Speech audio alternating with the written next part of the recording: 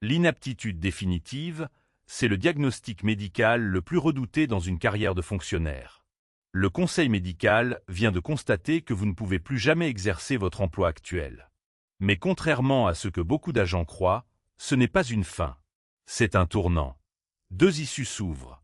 Le reclassement dans un autre emploi adapté à vos capacités, ou la retraite pour invalidité si aucun reclassement n'est possible. Et une certitude absolue. Un fonctionnaire titulaire ne peut pas être licencié pour inaptitude physique. Jamais.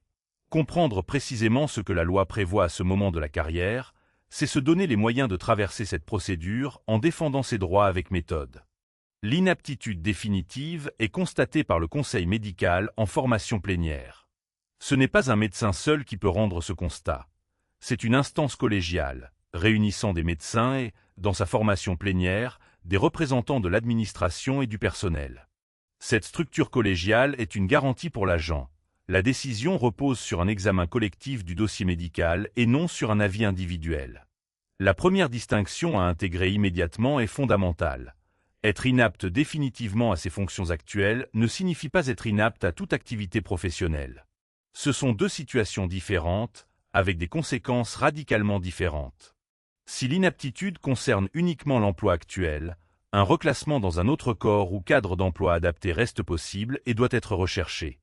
Si l'inaptitude est totale, impossibilité absolue et définitive d'exercer toute activité professionnelle quelle qu'elle soit, la retraite pour invalidité s'impose.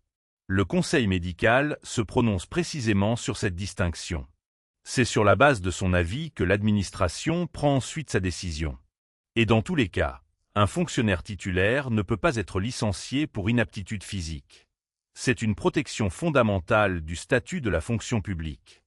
Cette protection du fonctionnaire face à l'inaptitude définitive est l'une des spécificités les plus importantes du statut de la fonction publique par rapport au droit du travail privé, où le licenciement pour inaptitude est possible sous certaines conditions.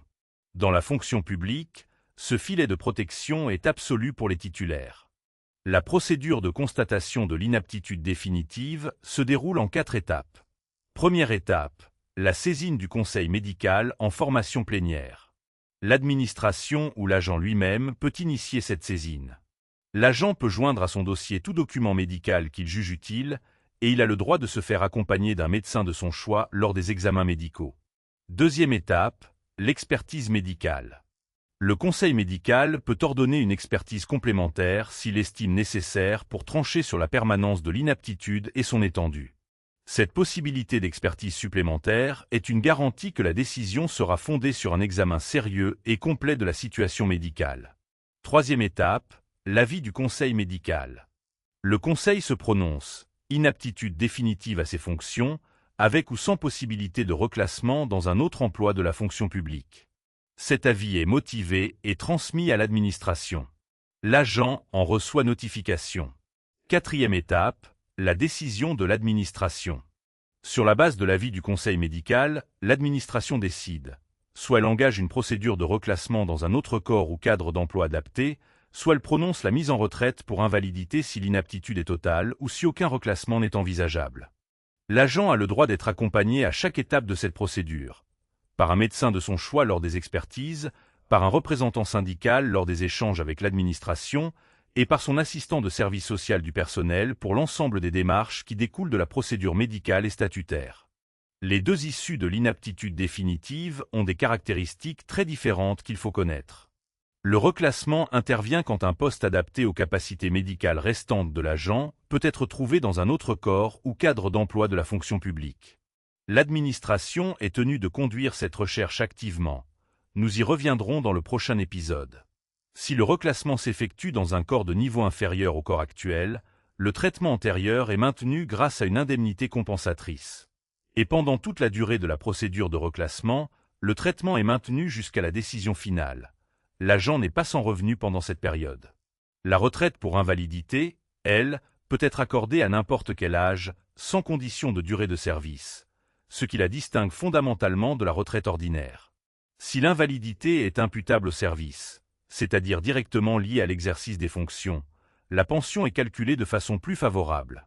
Dans les cas les plus graves, où l'état de santé nécessite l'assistance constante d'une tierce personne pour les actes ordinaires de la vie, Une majoration de 40% de la pension peut s'ajouter. C'est la majoration pour tierce personne, qui fait l'objet de l'épisode 17 de cette série. Le temps que prend la procédure peut être source d'inquiétude et d'incertitude pour l'agent et sa famille.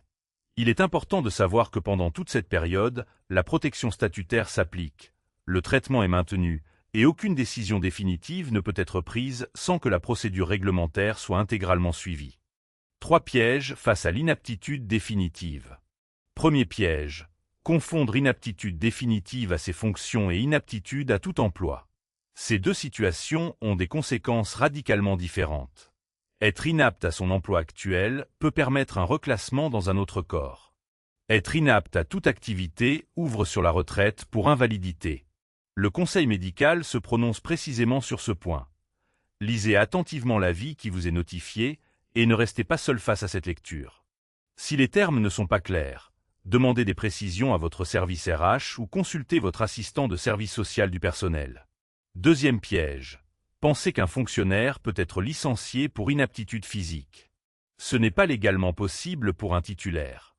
Si votre administration évoque un licenciement pour inaptitude physique, c'est une procédure irrégulière, contestable et potentiellement nulle devant le tribunal administratif. Troisième piège. Refuser un reclassement proposé sans conseil préalable. Le refus d'un reclassement peut entraîner la perte de certaines indemnités et bloquer la procédure dans une impasse difficile à résoudre. Avant tout refus, même si la proposition vous semble inadaptée ou insatisfaisante, consultez votre assistant de service social du personnel ou un conseiller syndical pour mesurer précisément les conséquences de ce refus. Une quatrième erreur mérite d'être mentionnée. Ne pas prendre connaissance de l'intégralité de l'avis du conseil médical. Cet avis est notifié par écrit. Lisez-le attentivement et demandez des éclaircissements si certains termes ou distinctions ne sont pas clairs. C'est sur la base de cet avis que votre avenir professionnel va se construire. 3 voies de recours si vous contestez l'avis d'inaptitude définitive ou la décision administrative qui en découle. Première voie, la contre-expertise médicale.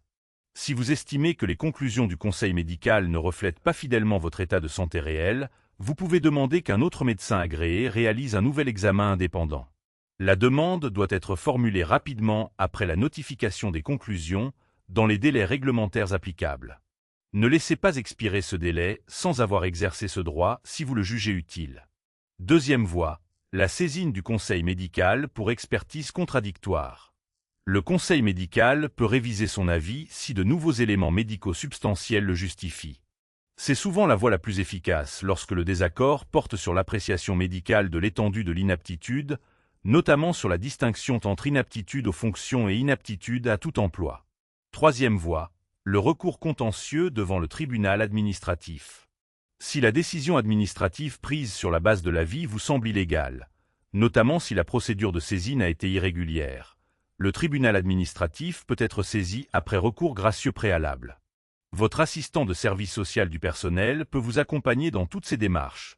Accompagnement personnalisé, gratuit, couvert par le secret professionnel, disponible dans les 3 versants de la fonction publique. Enfin, une précaution pratique. Conservez une copie de tous les documents échangés dans le cadre de la procédure. Notification de l'avis du conseil médical, courrier de l'administration, réponse et accusé de réception. Ce dossier est indispensable si un recours devient nécessaire ultérieurement. L'inaptitude définitive est un moment difficile dans une carrière. Mais c'est aussi un moment où les droits des agents sont précisément encadrés par la loi, et où ces droits doivent être exercés avec clarté et méthode. Comprendre les 2 issues possibles, savoir qui décide quoi, connaître les recours disponibles en cas de désaccord. Tout cela permet de traverser cette procédure en position active plutôt qu'en position subie. Le prochain épisode est consacré au reclassement professionnel. L'obligation légale qui pèse sur l'administration de trouver un poste adapté quand l'inaptitude définitive ne couvre pas la totalité des emplois possibles. Pour aller plus loin sur vos droits, l'application Fonction regroupe 56 fiches pratiques sur l'ensemble des procédures médicales et statutaires de la fonction publique, avec un simulateur de revenus en cas d'arrêt maladie. Elle est disponible bientôt sur Android, pour les fonctionnaires et contractuels des 3 versants.